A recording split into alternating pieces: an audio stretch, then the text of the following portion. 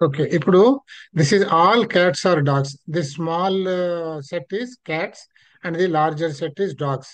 Some dogs are elephants or some elephants are dogs. ఏదో ఇచ్చాడు, ఏమి ఇచ్చాడు అది? Some elephants are dogs. Some dogs are elephants. Some dogs are elephants. So this is the elephants and this is dogs. ఈ మధ్యలో ఉండే intersectional area is the some dogs are elephants. So ఈ ఈ ప్రిమైస్ నుంచి మీకు ఏమొస్తుంది? When all cats are dogs, some dogs are cats అని వస్తుంది. అంతే కదా? ఇది ఇది అవును. పర్టికులర్ అయిపోతుంది. ఎందుకంటే ఇవన్నీ మొత్తం ఇందులో ఉన్నాయి కనుక, ఇది ఈక్వల్ అనే డేటా మనకి లేదు కనుక, some dogs are definitely cats. All cats are dogs, some dogs are cats. మీకు ఇచ్చే ఆప్షన్స్ లో ఇది ఒకటి ఉందనుకోండి, అదొకటి కరెక్ట్ పెట్టాలి. రెండో ప్రిమైజ్ ఏమి ఇచ్చారు? సమ్ డాగ్స్ ఆర్ ఎలిఫెంట్స్ అని ఇచ్చారు. అవునా? ఉమ్, సో ఉమ్. న్యాచురల్లీ మీకు ఇది ఐ స్టేట్మెంట్ కనుక you can reverse it. Some dogs are elephants, you can say some elephants are dogs. Some dogs are elephants, definitely some elephants are dogs. అది ఒకవేళ మీ conclusions లో ఉంటే అదే కరెక్ట్, అది కూడా కరెక్టే. ఇఫ్ యువర్ కంక్లూజన్ ఆప్షన్స్ లో మీకు క్యాట్స్ ఎలిఫెంట్స్ ని కలిపి ఏదైనా కానీ అబ్జర్వేషన్ రాస్తే ఏది ఇచ్చినా తప్పే. బికాజ్ మనకి ఇచ్చిన డాటాలో there is no connection between cats and elephants. అవునా? సమ్ క్యాట్స్ అవును. ఆర్ డాగ్స్ అనేది, సమ్ డాగ్స్ ఆర్ ఎలిఫెంట్స్ అనేది తప్ప క్యాట్స్ కి ఎలిఫెంట్స్ కి ఏ విధమైనటువంటి కనెక్షన్ లేదు కనుక, క్యాట్స్ ఏదో ఒకటి, some cats are elephants, some elephants are cats, some all elephants are cats, ఏదైనా ఇవ్వనివ్వండి, when he connects cats and elephants, any of such conclusion is wrong. ఓ, అయితే అక్కడ రెండు కంక్లూజన్స్ లో ఏమి ఇచ్చారంటే, ఫస్ట్ ఆప్షన్ ఏమో all elephants being cats is a possibility, అది రెండోదేమో అనుకున్నా. సమ్ క్యాట్స్ ఆర్ ఎలిఫెంట్స్ అని ఇచ్చారు మహోదయ. అదే మీరు ఇందాక క్యాట్స్ చెప్పారు కదా. ఎలిఫెంట్స్ అంటే ఇది కనెక్షన్స్ తప్పు. So neither one is correct there. ఆ రెండు ఆప్షన్స్ ఉంటే ఓ, జనరల్ గా నాలుగు ఓకే ఇస్తారు, ఓకే మరి ఓకే రెండు ఓకే. ఎందుకు ఉన్నాయో. ఆ రెండే ఉమ్. ఉంటే neither is correct, neither is correct. ఆ కంక్లూజన్ కూడా ఉంది. If neither conclusion one or two follow అని కూడా ఆప్షన్ ఉంది అంతే ఆన్సర్స్ లో. వచ్చా రెండు ఇచ్చి వచ్చాయి, ట్రూ ఆర్ ఫాల్స్ లో ఇచ్చాడు అనమాట. రెండు ఇచ్చి one is uh, true, two is true, one and two are both are true, both are false అని ఉంటాయి నాలుగు ఆప్షన్స్ దానికి. అవును. సో ఇక్కడ ఆ, బోత్ ఆర్ ఫాల్స్ వస్తుంది అనమాట. ఓకే. నేదర్ అంటే వన్ నాట్ ట్రూ. ఉమ్, ఒక డౌట్ ఏమంటే, ఇప్పుడు సమ్ క్యాట్స్ కి ఎలిఫెంట్స్ కి కనెక్షన్ లేదు, కానీ సమ్ క్యాట్స్ ఆర్ డాగ్స్ అని ఉంది కదా మహోదయ. అవును అంటే ఉంది. All cats are dogs. So uh, ఇక్కడ ఆ డా ఏవైతే డాగ్స్ క్యాట్స్ అయినాయో అవి ఆ. ఎలిఫెంట్స్ లో ఉండొచ్చు కదా, ఇక్కడ ఇంటర్సెక్షన్ ఉండొచ్చు లో. అనడానికి వీలు లేదు. ఉండొచ్చు, లేదు. ఓకే. ఓకే. ఉండకపోవచ్చు, అవి కుదరవు. క్లియర్ ఉంది, గా లేదు, ఉండాలి. అంతే. మనం ఓకే. డెఫినెట్ గా ఓకే. చెప్పుకున్నాం, ఉంది, లేదు, true or false, yes or no. అంతే. అంతే. ఓకే. మధ్య మార్గం లేదు. అదే. ఓకే మహోదయ్. ఓకే. అంతే ఓకే. అంతే. ఇప్పుడు అర్థమైంది. ధన్యవాదాలు. ఓకే. అయితే అంటే మేము పాసిబిలిటీ అనుకున్న అన్నది ఉండదు ఆప్షన్ వన్ మహోదయ్. Wrong, option two wrong, neither one or two, both true or wrong అని అన్నారు. చెప్పండి. అంతే ఆ, అంతే చెప్పండి. సార్ అస్తు ఎలిఫెంట్ మహోదయ్. సర్కిల్ మొత్తము ధన్యవాదాలు. డార్క్ సర్కిల్ లోపలికి రావచ్చు కదా. ఏమండి ఎలిఫెంట్స్ ఏమండి? అనేది చిన్న సర్కిల్ అయింది. ఇప్పుడు ఎలా అనుకుంటే మీకు నేను ఇది చూపిస్తాను చూడండి, మీకు ఎన్ని రకాలుగా రావచ్చు అంటే, ఇప్పుడు ఇది ఆల్ క్యాట్స్, ఏమండి? ఇదేమో all dogs, all cats are dogs. ఇది మీరు some dogs are elephants, it can be like this కదా. సమ్ డాగ్స్ ఆర్ ఎలిఫెంట్సే. మీరు ఇలాగ ఇస్తే you are giving a connection, you are giving a relation between cats and elephants. మీకు ఇచ్చిన premises లో క్యాట్స్ అండ్ ఎలిఫెంట్స్ కి సంబంధించి ఏదైనా ప్రిమైస్ ఉందా? లేదు. లేదు కనుక మీరు ఇలా వెన్ డయాగ్రామ్ డ్రా చేయడం తప్పు. ఇంకోలో కూడా డ్రా చేయొచ్చు వెన్ డయాగ్రామ్. ఎలాగా? ఇదొకటి, ఏమండి? ఇదొకటి, ఆల్ క్యాట్స్ ఆర్ డాగ్స్. ఇప్పుడు సమ్ డాగ్స్ ఆర్ క్యాట్స్ ఉన్నప్పుడు you can even draw it like,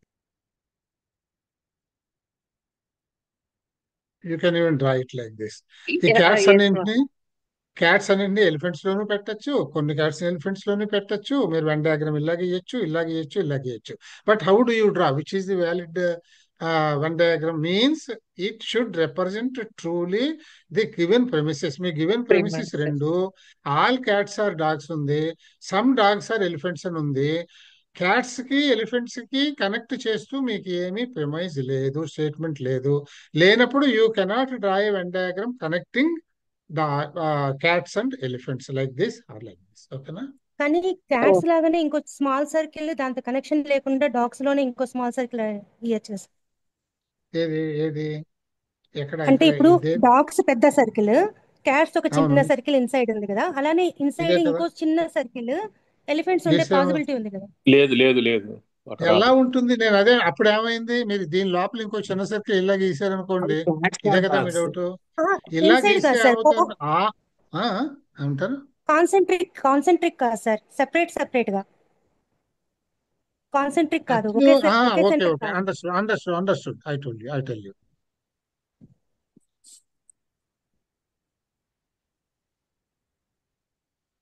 ఇది మీరు అనేది అవునా? అవును ఇలా సార్, అవును గీసే సార్, ఎలిఫెంట్స్ ఇలా. అప్పుడు అవును ఏమైందండి, ఇది అవును. ఆల్ ఎలిఫెంట్స్ ఆర్ డాగ్స్ అయింది, అవునా? మీకు ఇచ్చిన ప్రిమైజ్ పాసిబిలిటీ. ఏమిటి? Some S S, all possibility. Elephants are dogs అయిపోయింది. ఇలా పెడితే ఆల్ ఎలిఫెంట్స్ ఆర్ డాగ్స్ అయింది. ఇది ఇక్కడ మీకు ఇచ్చింది ఏంటి? వాడు ఇచ్చిన స్టేట్మెంట్ సమ్ ఏమిటి? Some elephants are elephants are dogs. Dogs. Some ఉన్నప్పుడు ఈ ఇంటర్సెక్షన్ ఏది ఉందో ఇది మాత్రమే డాగ్స్ అన్నమాట. ఇంటర్సెక్షన్ లో ఉన్నది. ఓకేనండి. సమ్ డాగ్స్ ఆర్ ఎలిఫెంట్స్ అన్నారు. Some some dogs dog, are elephants. ఈ ఈ ఈ సర్కిల్ ఏమో డాగ్స్, ఈ సర్కిల్ ఏమో ఎలిఫెంట్స్. అంటే ఈ సెట్ అనాలి, సర్కిల్ అనకూడదు. మీ బొమ్మ గారికి అంటున్నాను అంతే. This outer set represents dogs and this set represents elephants. So ఇదొక set. Some elephants are dogs అని అన్నాడు. లేదు, some dogs are elephants, both are same, ఏదైనా ఒకటే. ఆ రెండు కాంప్లిమెంటరీగా ఉంటాయి కనుక ఈవెన్ ఐ స్టేట్మెంట్ లో you can just reverse the predicate and the subject కనుక అలా రాయొచ్చు. సో సమ్ అన్నాడు కనుక ఇంటర్సెక్షన్ లో ఉన్న డాగ్స్ ఎలిఫెంట్స్ ఏ ఉన్నాయో అవి మాత్రమే ఐడెంటికల్, మిగతావి కాదు. ఆల్ ఆర్ నాట్, ఆల్ అని ఇవ్వలేదు కాబట్టి అందుకని ఇలా గీయకూడదు. ఆల్ ఎలిఫెంట్స్ ఆర్ డాగ్స్ అని ఉంటే ఇలా గీయాలి. ఆల్ డాగ్స్ ఆర్ ఎలిఫెంట్స్ అని ఉందనుకోండి, అప్పుడు ఎలా గీయాలంటే ఇలా గీయాల్సి వస్తుంది. అప్పుడు all cats are dogs, all dogs are elephants, అది ఇట్లా గీయాల్సి వస్తుంది. ఏమంటే ఓకేనా? మీ డౌట్ తీరిందా? చెప్పగలిగానా? Yes sir. Yes sir. ఆ? Yes sir. ఇంకేమైనా ఉన్నాయండి? లేదు సార్. ధన్యవాదాలు. అంతేనా? ఇది ఒకటేనా? అంటే ఓకే. ఇంకొకటి ఉంది, అది ఆ, ఆ, చెప్తాను తర్వాత చెప్పండి, కదా. అయిపోతుంది, చెప్పండి, ఏం పర్వాలేదు, కానివ్వండి. అయ్యో, చెప్పండి. What is that? చెప్తున్నాను సార్. ఏదైనా ఇంట్రెస్టింగ్ గా ఉంటే నాకు ఇష్టమే, నేను ఆల్ నేర్చుకుంటున్నాను. Cats can fly.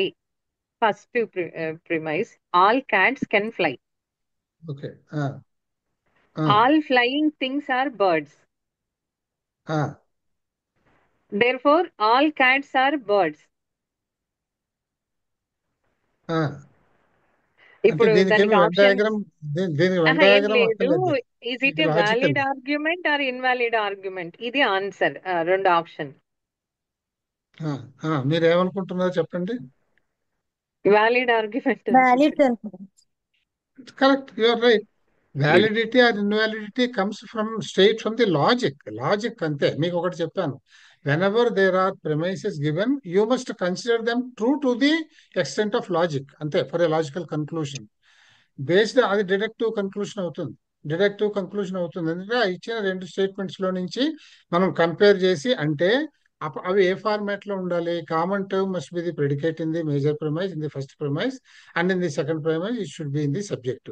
ఈ రెండు కామన్ తీసేసి ఈ సబ్జెక్టు ఆ ప్రెడికేట్ తీసుకొని మనం ఒక రాస్తే that is the deductive argument valid or invalid అని ఉంటుంది. It is valid if it is logically valid. You don't go to truth వాల్యూకి వెళ్ళకూడదు.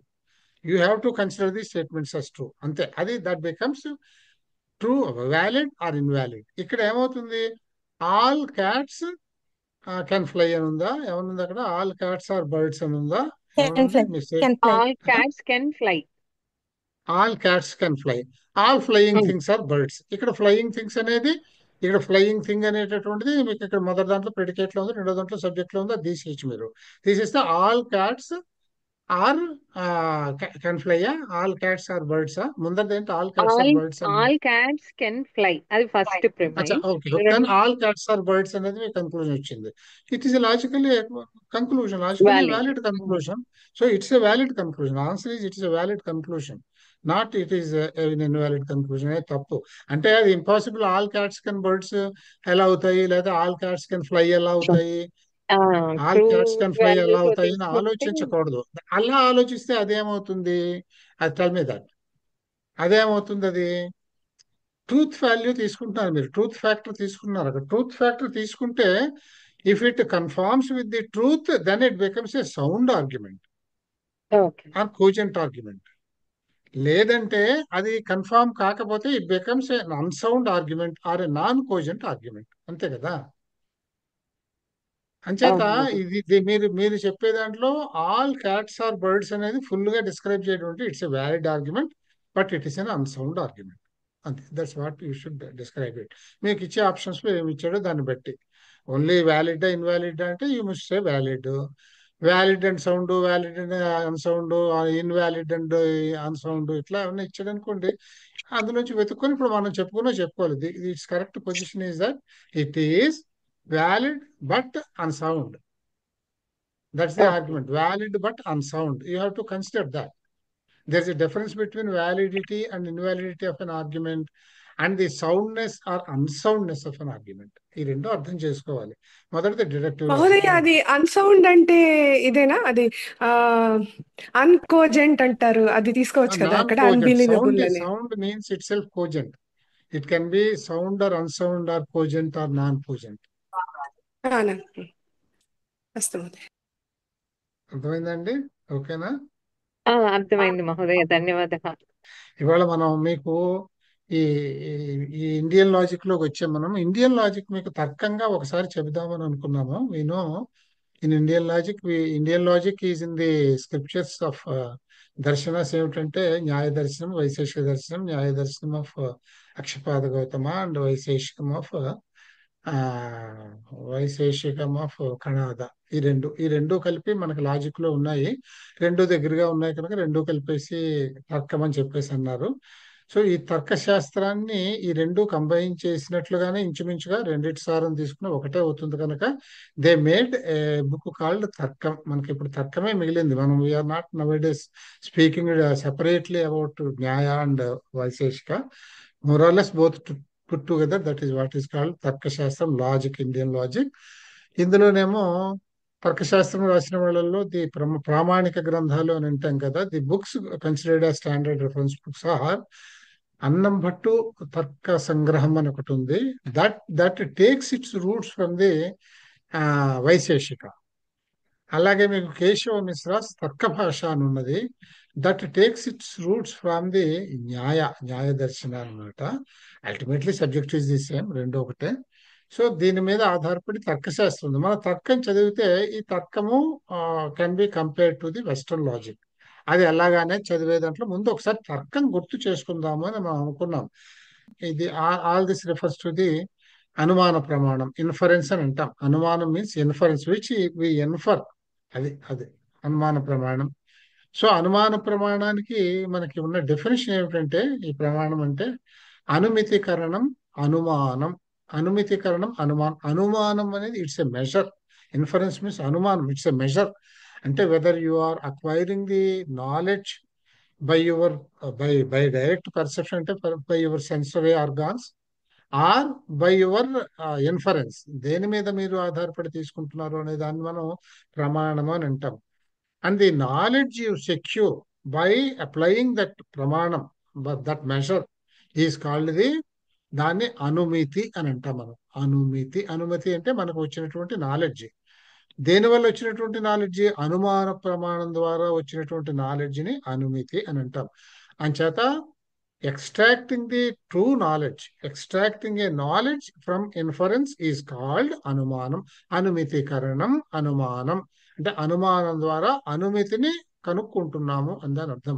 This is what the definition given for అనుమాన ప్రమాణం అండ్ అనుమితి, the valid knowledge that is obtained by your inferential measure అని అర్థం అనమాట. పర్వతో వహ్నిమాన్ అంటే పర్వతో వహ్నిమాన్ ధూమవత్ అని చెప్పుకోవచ్చు. అయితే దీనికి ఇలా వీళ్ళు రాశారు అనుకోండి, ఇది అవసరం లేదు ఇప్పుడు.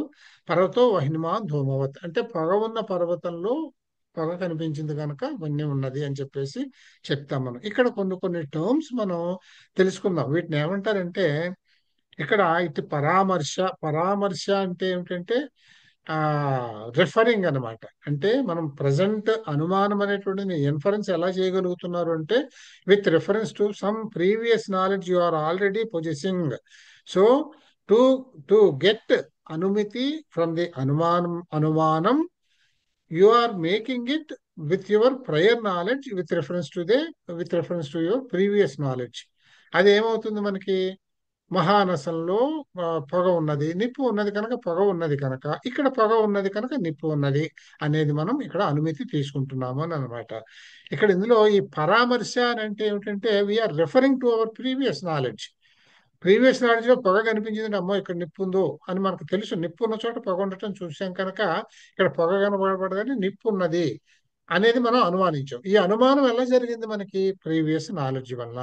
ఆ ప్రీవియస్ నాలెడ్జ్ ని గుర్తు చేసుకోవడానికి పరామర్శ, we refer to our existing knowledge and try to obtain a knowledge with reference to what is observed, which is not actually you want to know the true knowledge అదనమాట.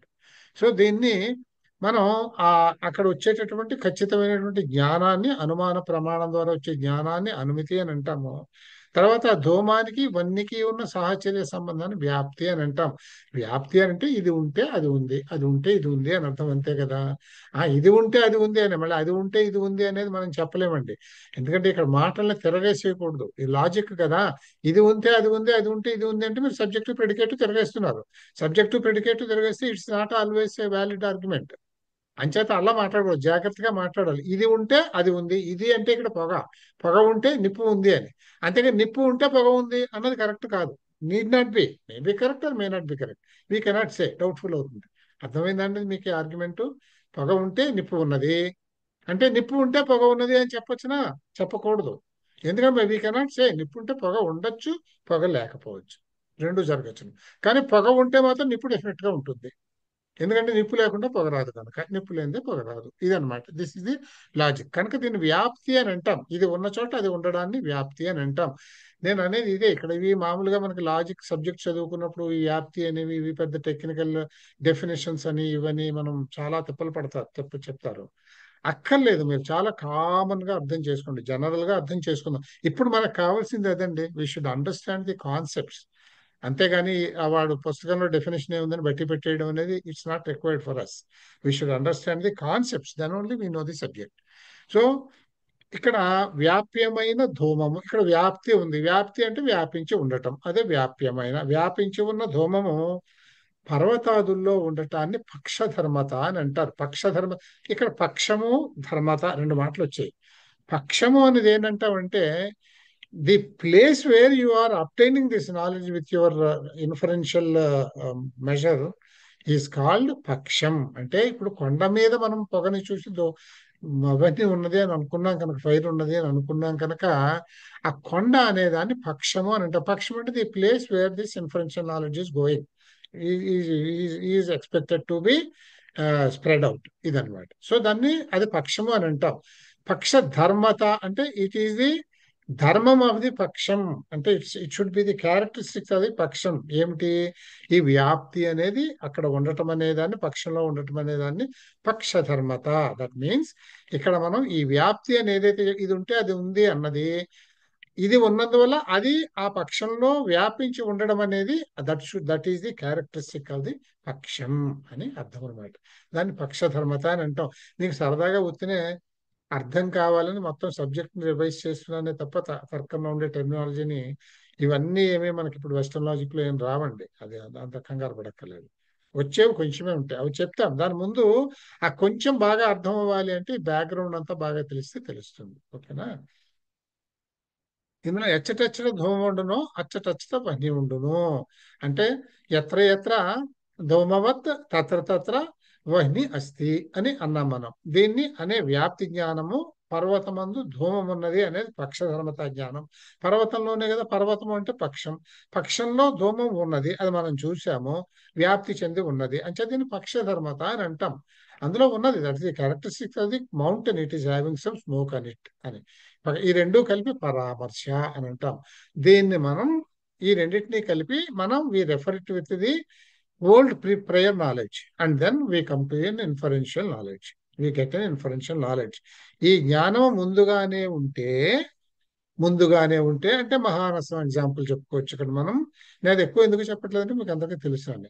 పర్వతో వన్హిమాన్ అనే అనుమతి పుడుతుంది, పర్వతం మీద నిప్పు ఉన్నది అనే అనుమానం మనకి, అనే అనుమానం కాదు అనే అనుమితి దాన్ని అనుమానం అనకూడదు. అనుమానం is the process through which is the measure through which you are getting the knowledge. Knowledge is అనుమితి అన్నమాట. సో ఈ అనుమానం అనేది we say it is in two types. One is Swartha Anumanam, the other one is Parartha Anumanam.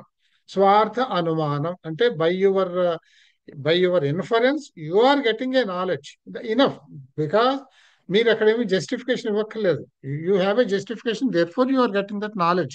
You have that justification inborn in you. అది తెలిసిపోయింది కనుకనే దాన్ని బట్టే మీరు ఇన్ఫరెన్స్ కానీ వేరే వాళ్ళకి చెప్పినప్పుడు మనం we have to convince them with the knowledge, inferential knowledge, which you are considering, which you are getting here. ఆ ఇన్ఫరెన్షియల్ నాలెడ్జ్ అది చెప్పడానికి మన వాళ్ళు they have made A five sentenced version.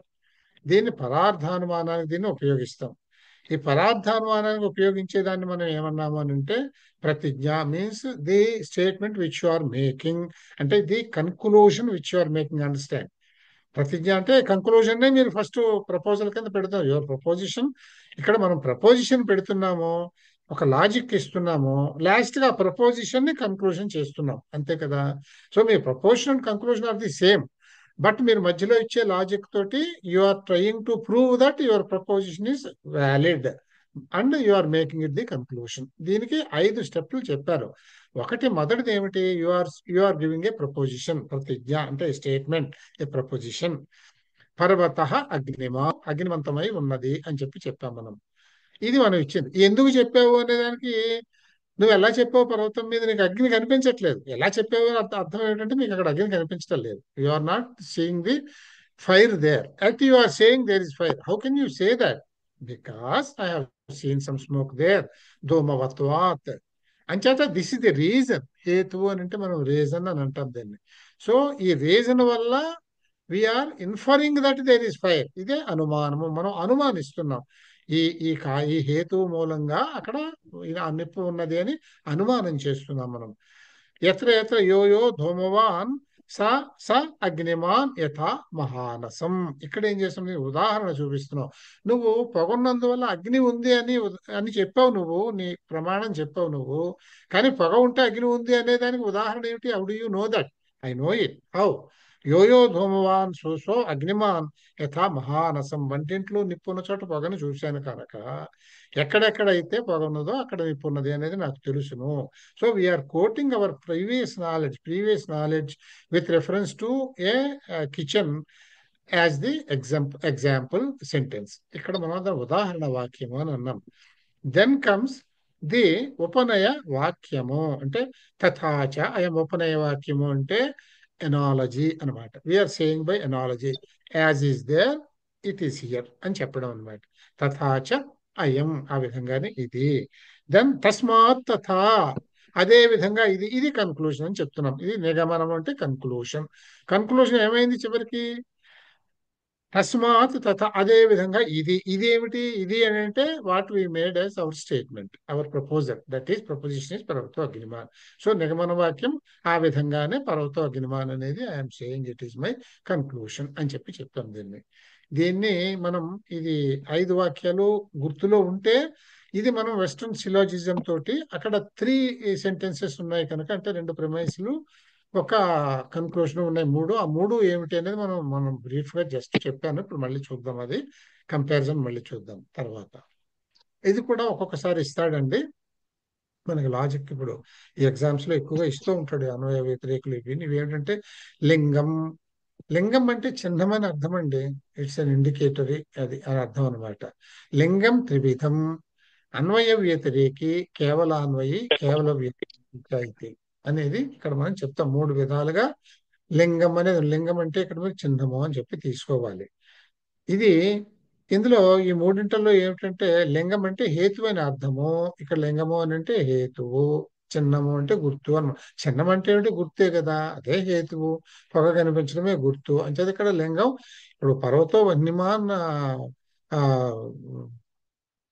ఇదే ఉంటుంది దీన్ని ధూమవాన్ పర్వతో ధూమవాన్ అగ్నిమాన్ అని అన్నాం అనుకోండి. ఇప్పుడు ధూమవాన్ అనేది హేతు అయింది అనమాట. అదే హేతు అయింది మనకి. అది దాన్ని అంచేత ఇక్కడ లింగం ప- హే ధూమవాన్ అనేది లింగం అయింది అని అనమాట. కనుక ఇందులో అన్వయ వ్యతిరేకి అని అంటే ఏమిటంటే మనం ఎక్కడెక్కడైతే హేతు ఉందో అక్కడక్కడ సాధ్యం ఉన్నది. ఇక్కడ మూడు గుర్తు పెట్టుకోవాలి. ప్రతిదీ కూడా మనకు ఒక స్టేట్మెంట్ ఇవ్వగానే తర్కశాస్త్రంలో దాన్ని మూడు విధాలుగా గుర్తించాలి. ఒకటి ఏమిటంటే హేతు. రెండిటికి హేతు అంటే మిడిల్ టర్మ్ అనమాట. ఇందులోనూ ఉంది, అందులోనూ ఉంది. ఒంటింట్లో పొగ ఉంది కనుక నిప్పు ఉందని తెలుసును, కానీ ఇక్కడ పొగ ఉంది కనుక నిప్పు ఉందని తెలుసును. అంచేది ఇక్కడ పొగ ఉంది, అక్కడ ఉంది పొగ ఉంది కనుక ఇక్కడ నిప్పు ఉన్నది. మూడు సెంటెన్స్లు వచ్చేసే కదండి. This is all western logic, that's nothing. ఏదైనా ఒకటే అల్టిమేట్లీ. కనుక ఇక్కడ కామన్ టర్మ్ అయిపోయింది. మీరు అలా కూడా డైరెక్ట్ గానే అర్థమైపోతుంది. ఈ మిడిల్ టర్మ్ అయిపోయింది అనమాట ఇక్కడ హేతువు అనేటటువంటిది. అంటే ఇక్కడ ఎచ్చటెచ్చట హేతు ఉన్నదో సాధ్యము. సాధించవలసినది ఏమిటి?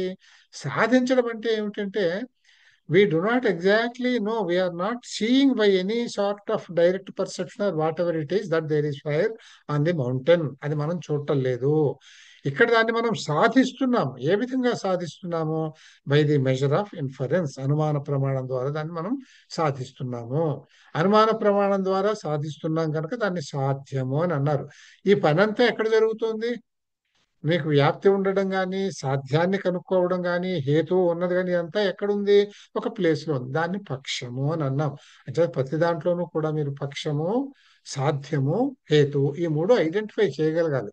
ఒక స్టేట్మెంట్ మీకు ఇవ్వగానే, ఒక కంక్లూడింగ్ స్టేట్మెంట్ ఒకటి మీకు ఇవ్వగానే మీరు అందులో ఈ మూడు ఐడెంటిఫై చేసుకుంటే ఈ అన్వయ వ్యతిరేక ఏమిటి, కేవలాన్వయి అంటే ఏమిటి, కేవల వ్యతిరేకి అంటే ఏమిటి అని చెప్తారు.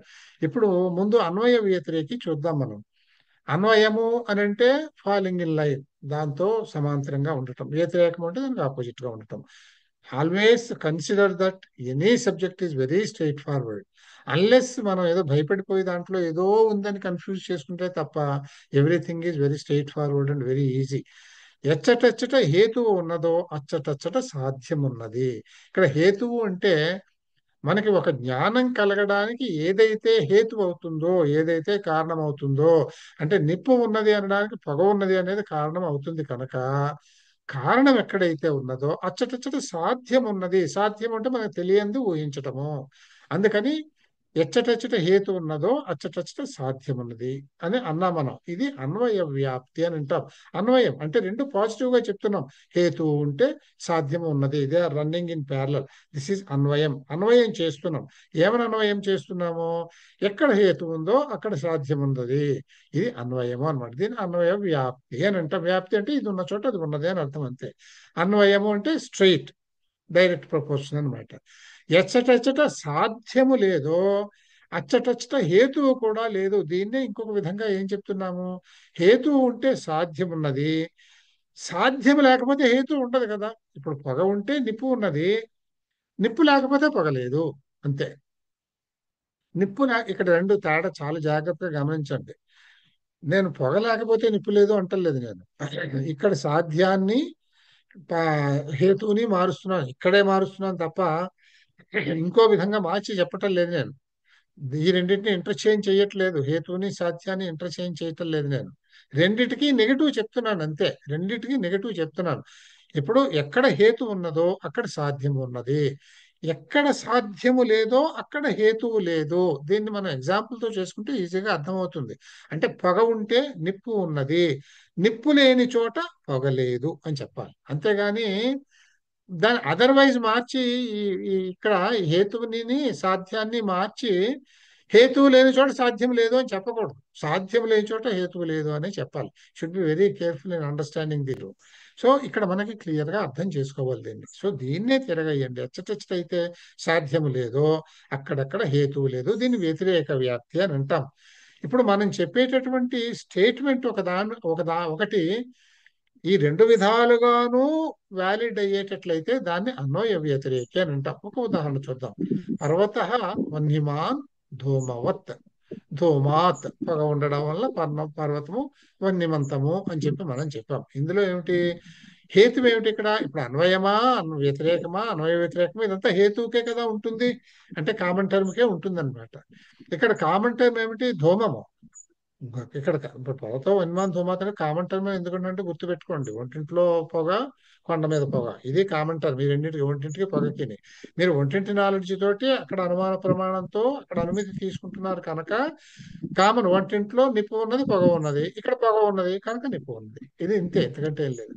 సో ఈ ధూమము అనేటటువంటిది ఇక్కడ హేతువు అయింది కనుక మీకు అన్వయమా వ్యతిరేకమా, అన్వయ వ్యతిరేకమా అనేది you examine it with reference to the హేతువు, విత్ రిఫరెన్స్ టు ది దీన్ని కాజల్ రిలేషన్షిప్ అని అంటాం. ఎక్కడైతే కారణం ఉన్నదో అక్కడ కార్యం ఉన్నది. ఇక్కడ కారణం ఏంటి? పొగ. కార్యం ఏంటి? కార్యం అంటే సాధ్యము. అదేమిటి? వన్య ఉన్నది, నిప్పు ఉన్నది అనేది అన్నమాట. కనుక ఇందులో ఇక్కడ ధూమాన్ని మనం మూడు రకాలుగా ఉండొచ్చు. ఈ హేతు అన్వయం కావచ్చు, వ్యతిరేకం కావచ్చు, అన్వయ వ్యతిరేకం కావచ్చు. పర్వతో వన్యమాన్ ధూమాత్ అని అన్నప్పుడు ఇక్కడ ధూమము అనేటటువంటి దాన్ని అన్వయ వ్యతిరేకి అని అంటాం. అంటే దీన్ని మనం అన్వయించి చెప్పచ్చును, వ్యతిరేకంగాను చెప్పచ్చును. ఎలాగంటే ఎచ్చటెచ్చట ధూమం ఉన్నదో అచ్చటచ్చట వన్ని ఉన్నది మహానసము వలె. మహానసము అంటే వంటిల్లు, మనకు తెలిసేది. వంటగదిలో లాగానే ఎక్కడెక్కడైతే పొగ ఉన్నదో అక్కడక్కడ ఆ నిప్పు ఉన్నది అని ఒంటింట్లో మనకి ఎగ్జాంపుల్ చూపించి చెప్తున్నాం. దీని వ్యతిరేకం ఏమిటంటే దీనికి అన్వయం. ఇప్పుడు అన్వయం ఇది ఇక్కడ ఉంది, అక్కడ ఉంది అని చెప్పాము. దీని వ్యతిరేకం ఏంటి? అక్కడ లేకపోతే అది లేకపోతే ఇది లేదు అని చెప్పడం. అంటే ఏమిటి? ఎచ్చటెచ్చట వన్నీ లేదు, అచ్చటచ్చట ధూమము కూడా లేదు, మహాహ్రదము వలె. అంటే ట్యాంక్, ఒక రిజర్వాయర్, ఒక చెరువు. ఒక చెరువులో మీకు నిప్పు లేదు కనుకనే అక్కడ పొగ కూడా లేదు. చెప్పొచ్చు కదా, చెరువులో నిప్పు లేదు కనుక పొగ లేదు, వంటింట్లో నిప్పు ఉన్నది కనుక పొగ ఉన్నది అని చెప్పొచ్చు మనం. అంచేత ఇక్కడ ఈ పొగ ఉన్నది అనేదాన్ని వ్యతిరేకమైన టర్మ్స్ లోనూ చెప్తున్నాము, సమాంతరంగా ఉండే టర్మ్స్ లోనూ చెప్తున్నాము. అంటే అన్వయమైనటువంటి అన్వయ వ్యాప్తిలోనూ చెప్తున్నాము, వ్యతిరేక వ్యాప్తిలోనూ చెప్తున్నాము కనుక దీన్ని అన్వయ వ్యతిరేకి అని దీన్ని మనం అన్నాము. కేవల అన్వయి అంటే ఏమిటంటే అన్వయం మాత్రమే చెప్పగలం, దాని వ్యతిరేకం చెప్పి లాజిక్ చెప్పారంటే తప్పైపోతుంది అనమాట. That will not be valid అని అర్థం ఇక్కడ. ఇప్పుడు ఎందుకంటే మనం ఈ ఇండియన్ లాజిక్ చదివినప్పుడు వ్యాలిడ్, అన్వాలిడ్, సౌండ్ ఇలా చదవట్లే. కేవలం ఇదేమిటి డిఫరెన్షన్స్ కానీ చదువుకున్నాం మన ఎంఏలో. ఇప్పుడు ప్రాక్టికల్ గా వచ్చినప్పుడు అన్వయము అని అంటే ఏమిటంటే if you take its counter part, దాని యొక్క కాంప్లిమెంటరీ తీసుకుంటే ఇట్ ఈస్ నాట్ వ్యాలిడ్ అని అర్థం అనమాట. అది అందుకని ఇక్కడ అన్వయం మాత్రమే వస్తుంది. దీనికి ఉదాహరణ ఏం చెప్తామంటే అన్వయ వ్యాప్తి మాత్రమే ఉండి వ్యతిరేక వ్యాప్తి లేని హేతువును కేవలాన్వయి అని అంటారు. కేవలాన్వయి ఘట అభిధేయ ప్రమేయత్వాత్. ప్రమేయత్వము అని అంటే ఏమిటి?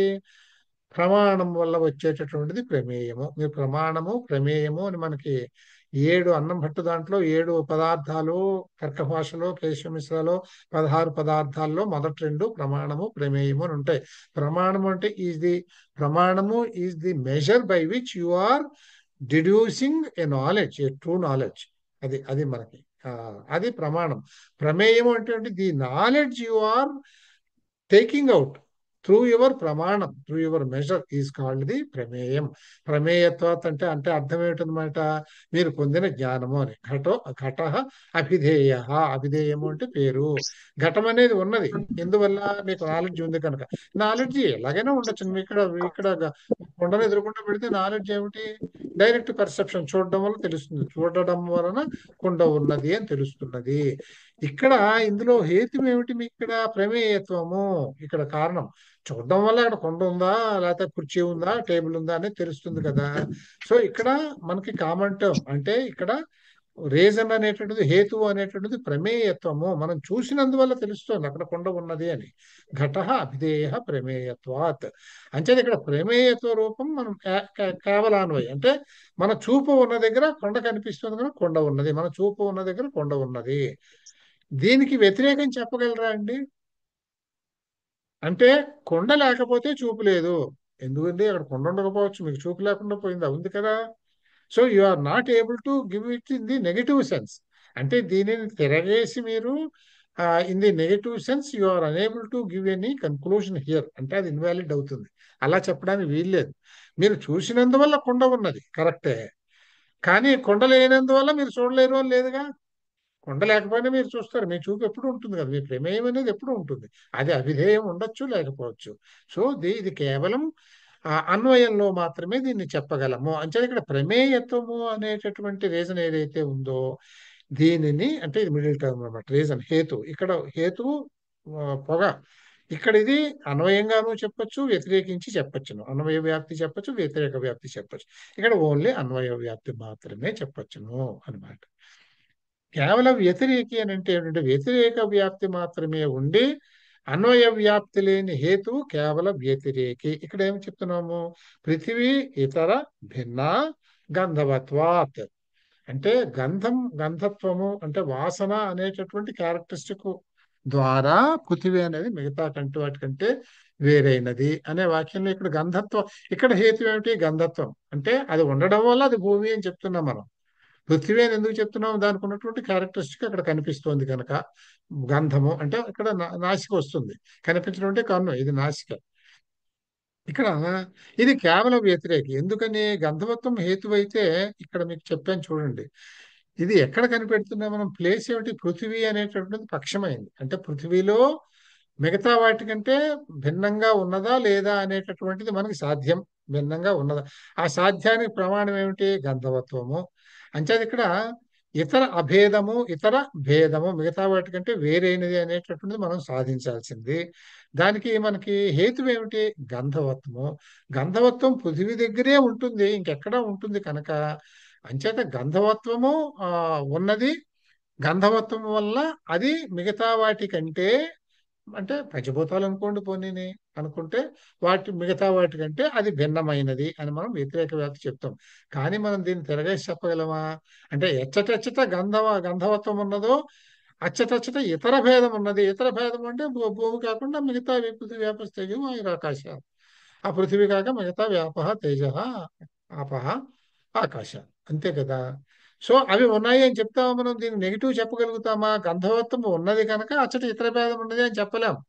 అది గంధవత్వము వల్ల భూమి ఇతరముల కంటే భిన్నమైనది అని చెప్తాం. కానీ గంధవత్వం ఉన్నందువల్ల, గంధవత్వం ఉన్నది అక్కడ ఇతర భేదము కూడా ఉన్నది అనే దానికి పాజిటివ్ మనం చెప్పలేం.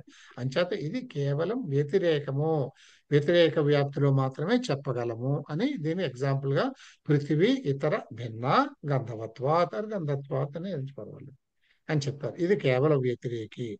ఇందులో మీకు ఇవి జనరల్గా ఈ టర్మ్స్ కూడా అర్థం చేసుకోండి. ఎందుకంటే ఈ టర్మ్సే మనకి minor term, major term, middle term అనేవి వస్తాయి. పక్షము అనేది సబ్జెక్టు. ఎచ్చట సాధ్యము నిశ్చయముగా తెలియదో అది పక్షము అంటారు. అంతే కదా. మనం కొండ మీద నిప్పు ఉన్నది అని మనకు ఖచ్చితంగా తెలియదుగా.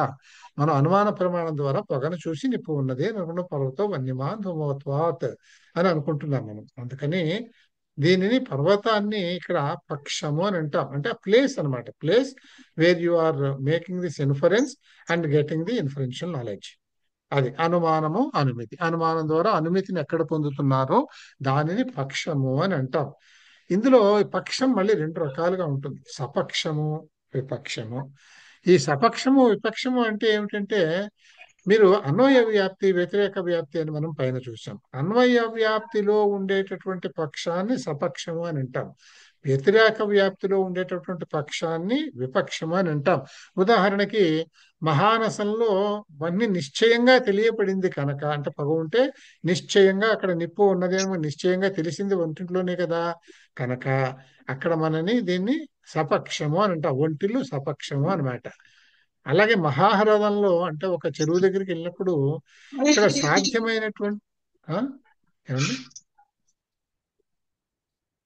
సాధ్యమైనటువంటి అభావము అంటే వన్నీ లేదు అనేటటువంటి అభావం అంటే లేకపోవడం.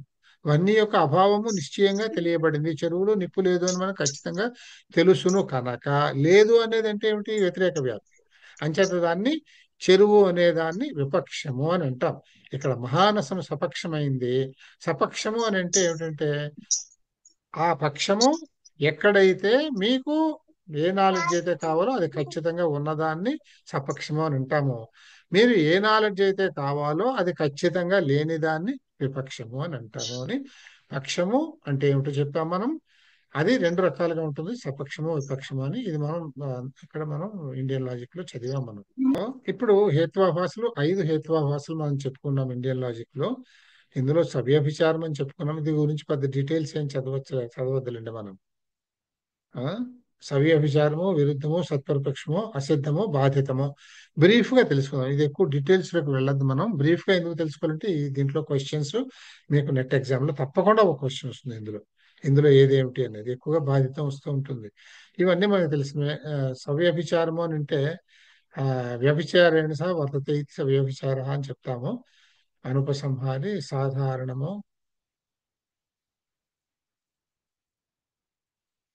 ఇప్పుడు ఇక్కడ చూడండి, సాధారణము అసాధారణము అక్కర్లేదులేండి. ఇంత డిఫరెన్షియేషన్ మనకు వెస్టర్న్ లాజిక్ లో మనం చదవం, ఇది అవసరం లేదు. సో మనం ఒకటి మొట్టమొదటి చూసింది ఏమిటంటే సవ్యభిచారము అంటే ఉండటము అనమాట. అంటే ఉండటము అని అర్థం చేసుకోండి. ఎగ్జాంపుల్స్ చూస్తే సరిపోతుంది వాటికి. తర్వాత విరుద్ధము అంటే సెల్ఫ్ కాంట్రడిక్టింగ్, అంటే సాధ్య అభావముతో వ్యాప్యమై. మనం ఒక హేతువు దేనికి చెప్తామండి? ఈ హేతువు వలన ఈ సాధ్యం ఉన్నది అని చెప్పడానికి మనం హేతువుని చెప్తాం. హేతువు వలన సాధ్యం ఉన్నది అని జనరల్ గా చెప్పేదాన్ని ఇది చెప్తాం మనం. ఇక్కడ మనం మొట్టమొదటి చెప్పినటువంటిది ఆ సవ్యభిచారము అని చెప్తాం. అంటే ఈ హేతు ఉన్నందువల్ల ఈ సాధ్యం ఉన్నది అని. ఈ ఉన్నది అని చెప్పడంలో ఈ హేతువు అనే దాంట్లో రకాలు చెప్పారు. సాధారణ హేతువు, అసాధారణ హేతువు అని. అది మనం వద్దులేండి. అసాధారణ హేతువు అనేది డెఫినేషన్ అనమాట. అది దాని ఒక్కదానికే ఉండాలి, అంటే మిగతా దోషాలు ఏమీ లేనిది అని అర్థం. ఇది ఇప్పుడు అవసరం లేదండి, డీటెయిల్స్ అక్కర్లేదు. అనుపసంహారి అంటే సాధారణము అసాధారణము కూడా కానటువంటి హేతువుని అనుపసంహారి అని అంటాం, నాన్ ఎక్స్క్లూజివ్. అంటే ఇక్కడ అంటే ఏమవుతుంది మనం, మీకు సాధారణము అంటే ఒక రకంగా చెప్పాలంటే సాధారణము అని అంటే మీకు అన్వయ వ్యాప్తి ఉన్నది. అసాధారణము అంటే వ్యతిరేక వ్యాప్తి. అనుపసంహారి అంటే రెండూ లేనిది, అన్వయ వ్యాప్తి వ్యతిరేక వ్యాప్తి కూడా లేనిది అని. సో ఇంత డీటెయిల్ ఇప్పుడు ఇది అవసరం లేదు మనకి. ఏంటంటే ఈ హేతు ఉన్నందువల్ల ఈ సాధ్యం ఉన్నది అని చెప్పడం, అది సవ్యభిచారం. తర్వాత విరుద్ధము అంటే ఏమిటి? మీరు చెప్పినటువంటి హేతువు సాధ్యముని నిరూపించడానికి బదులు సాధ్యం లేదు అని చెప్తుంది. అంటే మీరు పొరపాటున వ్యతిరేక హేతువు చెప్తున్నారు. అంటే ఉదాహరణ చెప్తే మీకు అర్థమవుతుంది. శబ్ద నిత్య కృతకత్వాత్ అంటే చేసినందువలన శబ్దము నిత్యము అంట. శబ్దము నిత్యము అని అంటే ఇక్కడ మనకు తెలుసును, కృతకత్వాత్ అంటే చేసేది ఎప్పుడు నిత్యం కాదుగా, చేసేది పోతుంది. Sound is eternal because it is produced. ఇక్కడ శబ్దము పక్షము, ఈ నిత్యము అది నిత్యత్వం ఉన్నది దానికి అని చెప్పేది సాధ్యమవుతుంది. ఇక్కడ కృతకత్వము అనేది హేతు అవుతుంది. ఇక్కడ చేసినందువల్ల శబ్దం నిత్యమైందా? కాదు, చేసేదేది నిత్యం కాదు. అంచేత సాధ్యాభావము అనిత్యత్వము, కృతకత్వము వంటివి అనిత్యత్వ వ్యాపకమైనవి. అంటే ఎప్పుడైనా కానీ మనం చేసింది అనిత్యమే, చేసింది పోతుంది. అందుకని ఇక్కడ కృతకత్వము అనేది ఇక్కడ హేతు ఏదైతే ఉందో మనం చెప్పుకున్నాం, ఇవన్నీ కూడా హేతువుకే ఉంటాయి, మిడిల్ టర్మ్కే ఉంటాయి. అంచేత చేసినందువల్ల శబ్దము నిత్యము అనే దాంట్లో ఈ చెయ్యటము అనేది హేతువు కనుక, ఈ చేసేదేది శాశ్వతం కాదు కనుక, అంటే చేసే దానివల్ల నిత్యత్వం రాదు కనుక, ఈ హేతువుని వ్యతిరేకము అని అంటే మనం చెప్పదలుచుకుని నిత్యం అని, మనం చెప్పేటటువంటి హేతువు వల్ల అనిత్యము అని వస్తుంది మనకు ఆన్సర్. అందుకని దీన్ని విరుద్ధము అని అంటాం. ఈ హేతువుని విరుద్ధము అని అంటాం. దీన్ని సెల్ఫ్ కాంట్రడిక్టింగ్, ఈ టర్మ్స్ మనకు వెస్టర్న్ లాజిక్ లో వస్తాయి. సెల్ఫ్ కాంట్రడిక్టింగ్ అని అంటాం మనం. తర్వాత సత్ప్రతిపక్షము, యాంటిథెటికల్ రీజన్ అని అంటాం. అంటే ఇక్కడ రెండు సెంటెన్స్లు ఉంటాయి, రెండు సెంటెన్స్లు ఉండి, అంటే రెండు సెంటెన్స్లు కాకపోతే రెండు సెంటెన్స్లు కలిపి బికాస్ పెట్టి ఒకటి కింద కూడా చెప్పొచ్చు అనుకోండి. ఇందులో ఏమిటంటే ఒక హేతువు ఏ హేతువుకు సాధ్యాభావమును సాధించు మరి ఒక హేతు ఉండునో ఆ హేతువు సత్ప్రతిపక్షము అనబడును. ఇక్కడ రెండు హేతువులు వస్తాయి. ఒక హేతువు ఏం చేస్తుంది, మనకి సాధిస్తుంది, సాధన ఉంటుంది అని చెప్తుంది. దానికి ప్యారలల్ గా కరెక్ట్ గా దానికి ఆపోజిట్ మరొక హేతువు తీసుకుంటే అక్కడ సాధ్యము లేదు అనేది ప్రూవ్ అవుతుంది. అటువంటి హేతువుని ఈ మొదటి హేతువుకి సత్ప్రతిపక్షము, యాంటీథెటికల్ రీజన్, దీనికి నెగటివ్ హేతువు అన్నమాట. అంటే మీరు పాజిటివ్ హేతువు చెప్పి సాధ్యం ఉంది అని చెప్తే there should be another reason, ఇంకొక హేతు ఉండాలి. ఎట్లాంటిది ఉండాలి? దాని నెగిటివ్ చెప్తే ఇక్కడ కూడా నెగిటివ్ కావాలి. అంటే ఆ నెగిటివ్ హేతు చెప్పినప్పుడు ఇక్కడ సాధ్యము లేదు అనేది చెప్పగలగాలి. ఇక్కడ చూడండి, నిత్య శ్రవణత్వాత్ శబ్దవత్, శబ్ద నిత్య శ్రవణత్వాత్ వినడం వల్ల శబ్దం నిత్యము. శబ్దత్వవత్ శబ్దం అనేటటువంటిది దానికి ఉండేటటువంటి ఒక లక్షణం. వినడము అనేటటువంటిది మీకు ప్రమాణం. మీ శ్రవణత్వాత్ అన్న దగ్గర వినడము అనేటువంటిది ప్రమాణం. శబ్దత్వవత్ అంటే వినడానికి అసలు దానికి వినికిడి అనేటటువంటి ఒక జ్ఞానము, దానికి ఒక క్యారెక్టరిస్టిక్ ఉంది కదా, అది ఉంది. అది ఉన్నందువల్లనే మీకు దానికి వినబడటము అనేటటువంటి లక్షణము దానికి ఉండటం వల్లనే శబ్దత్వము అంటే లక్షణం, డెఫినేషన్ అన్నమాట. ఈ శబ్దత్వము అనే లక్షణం దానికి ఉండటం వల్లనే మీరు దాన్ని వినగలిగారు. మీరు విననందువల్ల శబ్దము నిత్యము అని చెప్పారు. ఇక్కడ శబ్దంలో మీరు ఇవన్నీ ప్రూవ్ చేస్తున్నారు కనుక శబ్దం అనేది పక్షమైంది, నిత్యత్వము అనేది సాధ్యమైంది, శ్రవణత్వము అనేది హేతువైంది. శబ్దత్వము అంటే ఏమిటి? దృష్టాంతము అని అంటాం. ఇది ఒక ఎగ్జాంపుల్. అంటే దానికి అసలు శబ్దత్వం అని అంటే సౌండ్ అవ్వడము అనే గుణమే దానికి లేకపోతే మీరు వినడం అనేటటువంటి ప్రమాణమే లేదు ఇంకా. అందుకని దాన్ని ఒక హేతువు కింద చూపించాం మనం దీన్ని. ఇందులో ఇక్కడ మనం ఏం చెప్పాము? ఏ హేతువుకు సాధ్యాభావమును సాధించు మరి యొక్క హేతువు. ఇక్కడ సాధ్యము అంటే ఏమిటి? నిత్యత్వము. ఏమండి టైం నాకు గుర్తు చేయండి ఒకవేళ ఎక్కువ వెళ్ళిపోతే.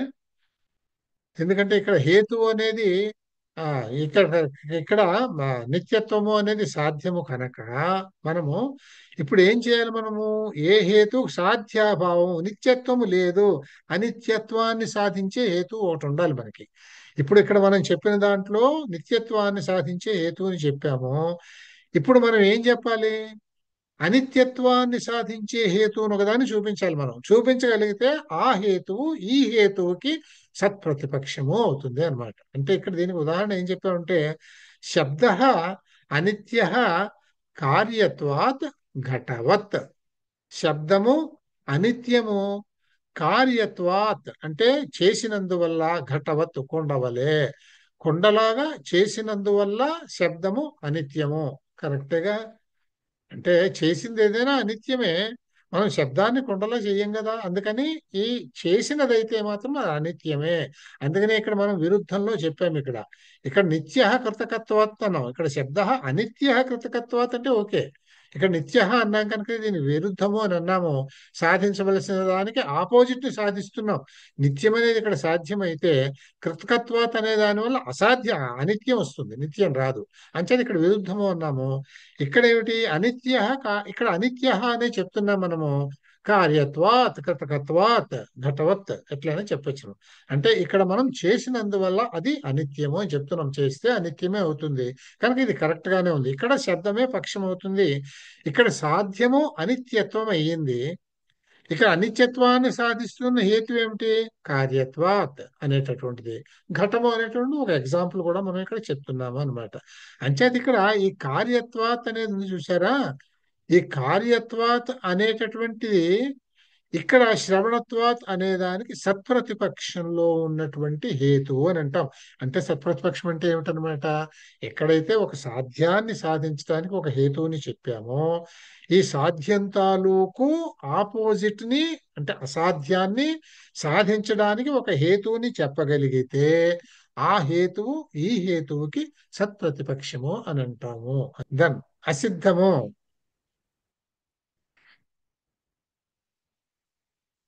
అసిద్ధము అంటే రీజన్ అన్ఎస్టాబ్లిష్డ్ టు ఇట్ సెల్ఫ్. అంటే అక్కడ చెప్పినటువంటి హేతువే డస్ నాట్ ఎగ్జిస్ట్, తప్పుడు హేతువు చెప్తున్నాం మనం.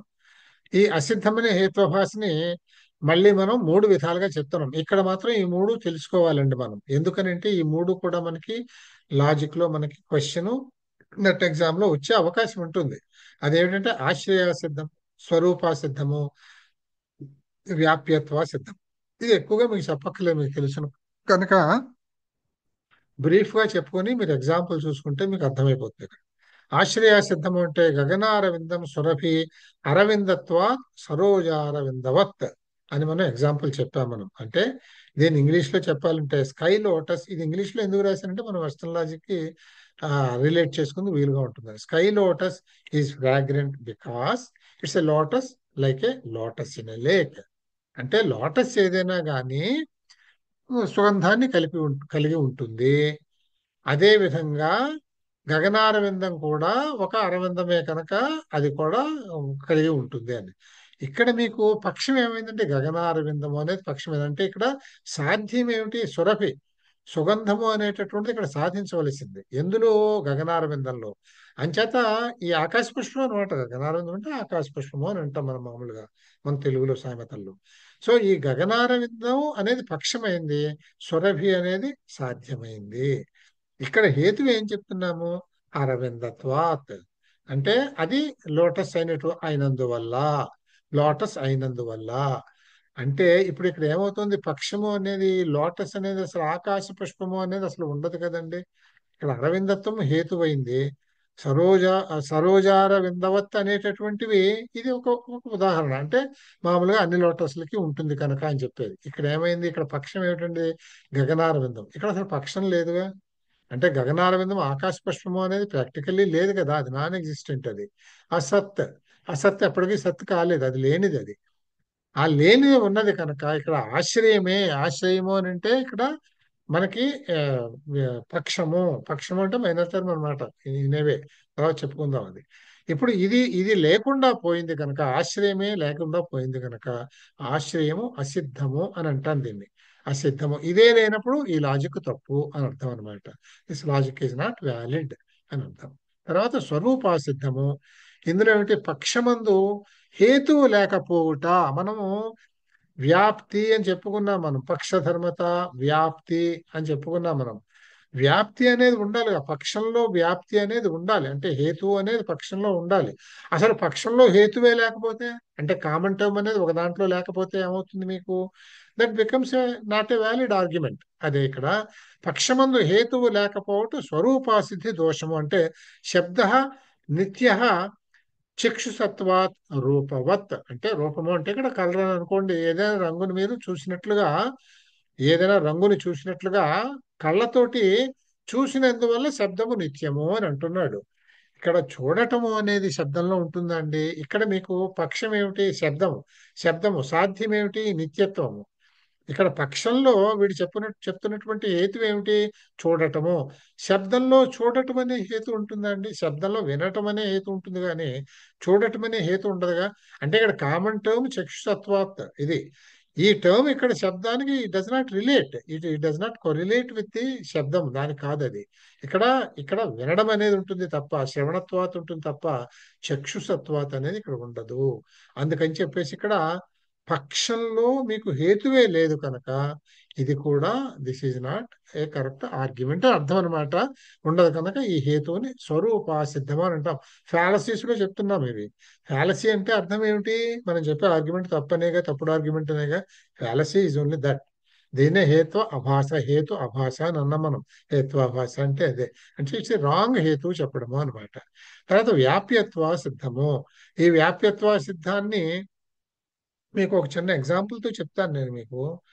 ఇంకా ఎక్కువగా దీన్ని ఎక్స్ప్లెయిన్ చెయ్యను నేను ఇది. ఎందుకంటే దీనికి ఇందాక నేను మీకు ఒకటి చెప్పాను. నిప్పు ఉన్న చోట పొగ ఉన్నది అనేది మనం చెప్పాము. ఏమండి? దీన్ని తిరగేసి పొగ ఉన్న చోట నిప్పు ఉన్నది అని చెప్పకూడదు అని అన్నాం మనం. ఎందుకు అనకూడదండి? నిప్పు ఉన్న చోట పొగ ఉన్నది అన్నప్పుడు పొగ ఉన్న చోట నిప్పు ఉన్నది అని ఎందుకు అనకూడదు?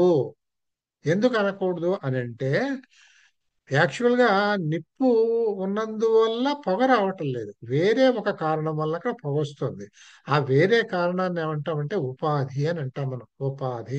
ఉదాహరణకి ఒక కట్టెని కాలుస్తాం మనం. ఆ కట్టెలో తడి అనేది ఒకటి ఉంటుంది. ఆ తడి ఉన్నందువల్ల అక్కడ పొగ వస్తుంది. తడే లేదు, పొడి కట్టెలు కాల్చారు. మన ఇంట్లో చూడండి, పూజలు చేసుకుని ఇంట్లో హోమాలు పెట్టి పూజ చేసుకునేప్పుడు ఒరే బాబు పొడి కట్టెలు తీసుకురారా లేకపోతే కళ్ళు మండి చచ్చిపోతాం అని అంటాం మనం. అంటే అర్థం ఏమిటి?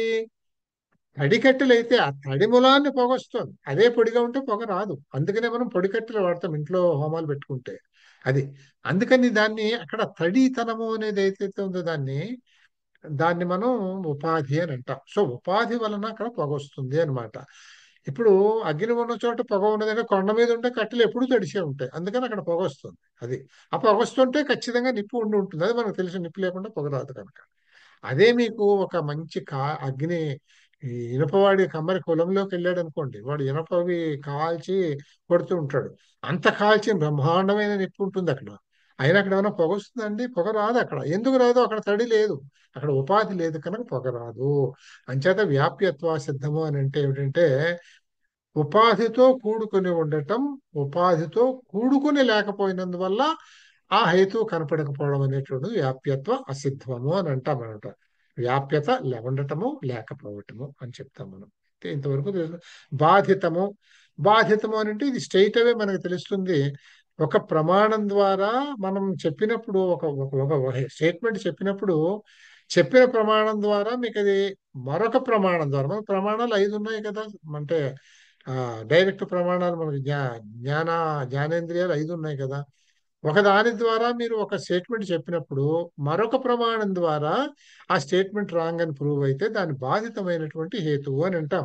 అంటే ఏ హేతువునకు సాధ్యాభావము వేరే ప్రమాణము చేత నిశ్చయింపబడుతుందో ఆ హేతువు బాధితము అని చెప్పబడను. ఇక్కడ చూడండి, వహ్నిరనుష్ణ వహ్ని అనుష్ణ ద్రవ్యత్వాత్ జలవత్. అంటే ఇప్పుడు అనుష్ణం ఇప్పుడు నీరు ఉంది, నీరేమిటి? ద్రవ్యము, అదొక ద్రవ్యము. ద్రవ్యంలో నీరు ఒకటి. నీరు ఎప్పుడు చల్లగా ఉంటుంది, నీరు చల్లగా అనుష్ణంగా, చల్లగాని కాకపోతే వేడిగా అయితే ఉండదు. జలవత్, నీళ్ల వలె వేడిగా ఉండదు అనేది ఉదాహరణ. ద్రవ్యానికి, ద్రవ్యము అంటే ఒక పదార్థము, ఆ ద్రవ్యము అనేటటువంటిది నీటి వలె వేడిగా ఉండదు అని చెప్పాడు. వన్నీ కూడా ఒక ద్రవ్యమే కదా, అది కూడా ఒక పదార్థమే కదా. అంటే ఇది పదార్థమే కనుక నీటి వంటి పదార్థం వలె వన్నీ కూడా అనుష్ణముగా ఉండును, ఉష్ణము లేకుండా ఉండును అని ఇక్కడ మనం చెప్పాం. ఇందులో ఇప్పుడు ఏమవుతుందండి, fire is not hot because it's a substance like water అని చెప్పాం. మీరు ఇక్కడ ఈ ఎగ్జాంపుల్ మనం చదివినప్పుడు అంత క్లారిటీ రాదు. ఇంగ్లీష్లో రాసుకుంటే ఎంత క్లియర్గా ఉందో చూడండి. ఇక్కడ పదార్థము అనమాట. ద్రవ్యము అంటేనే పదార్థము, ఇవన్నీ కూడా పదార్థమే. జలం కూడా పదార్థమే. జలం పదార్థం అయినప్పుడు ద్రవ్యత్వాత్ అది వేడిగా లేదు. అలాగే ఇవన్నీ కూడా ఒక పదార్థమే కనుక ఇది కూడా ద్రవ్యమైనందువల్ల వేడిగా ఉండదు అనేది మనం లాజికల్ గా చెప్పినటువంటి స్టేట్మెంట్ ఇది. ఈ స్టేట్మెంట్ లాజికల్ గా చెప్పినప్పుడు ఇది కరెక్టా తప్పే అంటే, ఇప్పుడు మీరు ఇక్కడ ఇంకొక జ్ఞానం ఉంది మీకు, స్పర్శ అనేటటువంటిది ఒక జ్ఞానం ఉంది. స్పర్శ జ్ఞానం, మీరు వెళ్ళి అక్కడ నేలని ముట్టుకోండి, ఇక్కడ నిప్పుని ముట్టుకోండి, ఏం తెలుస్తుంది మీకు? స్పర్శ జ్ఞానం వల్ల నిప్పుతో తోలు లేచిపోతుంది అని అర్థమవుతుంది మనకి. అందుకని అక్కడ ఉష్ణత్వం ఉన్నది అని అర్థమవుతుంది. అంటే ఇక్కడ ఈ మరొక ప్రమాణం చేత దీనిని వ్యతిరేకంగా చెప్పగలుగుతున్నాం కనుక, దీన్ని అసాధ్యం చేయగలుగుతున్నాం కనుక ఇక్కడ సాధ్యత్వం ఏమిటి? ఉష్ణత్వం. దాన్ని అసాధ్యం చేయగలుగుతున్నాం కనుక దీన్ని బాధిత హేతువు అంటే ఇక్కడ వేరే ప్రమాణం చేత బాధింపబడింది అని అర్థం. బాధిత హేతువు అని అంటాం. ఇంతవరకు ఇది ఇండియన్ నాలెడ్జ్ అండి మనకి ఈ బ్యాక్గ్రౌండ్ లో. ఇప్పుడు ఒక్కసారి మనం వెస్టర్న్ నాలెడ్జ్కి వెళ్ళి రేపు ఈ టర్మ్స్, ఈక్వేటెడ్ టర్మ్స్ ఏమిటి అని చెప్పి తర్వాత ఒక 2 క్లాసులు నెక్స్ట్ వీక్ లో క్వశ్చన్ ఆన్సర్స్ చూద్దాం ఇందులోనే. అప్పుడు మీకు ఇందాక మీరు అడిగిన డౌట్లు లేకుండా క్లియర్ అయిపోతాయి. కొన్ని ఎక్కువ ఎగ్జాంపుల్స్ చేద్దాం, పర్వాలేదు. సార్ ఒక చిన్న రిక్వెస్ట్ సార్. మహోదయ ధన్యవాదాలు. చెప్పండి. ధన్యవాదాలు మహోదయ. సో రేపు కలుద్దామండి మళ్ళీ. Thank you. గుడ్ నైట్ నమస్కారం అండి. అండి. Good day. ధన్యవాదాలు మహోదయ. నమస్తే. Thank you. బాయ్.